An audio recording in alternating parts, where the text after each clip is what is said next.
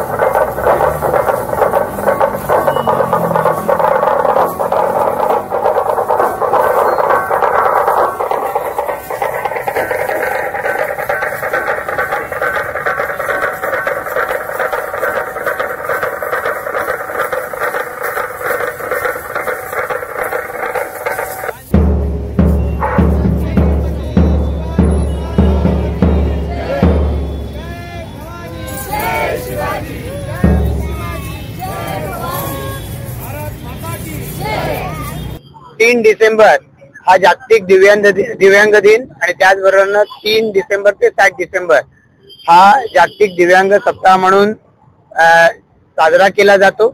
आणि मला मनापासून समाधान आहे की पनवेल मधल्या आमच्या Rotary Club of Panvel industrial टाउनच्या माध्यमातून जे वेगवेगळ्या पद्धतीचं समाजकार्य चालू आहे त्याच्यामध्ये प्रामुख्यानं या क्लबच्या ट्रस्टच्या वतीनं नवीन पनवेल या ठिकाणी या सर्व दिव्यांगांसाठी एक शाळा गेली अनेक वर्ष नित्यनेमानं सुरू आहे आणि या माध्यमातून 54 विद्यार्थी हे शिक्षण घेत आहेत। या मुलांना वेगळ्या पद्धतीनं ताकद देण्याची आवश्यकता असते।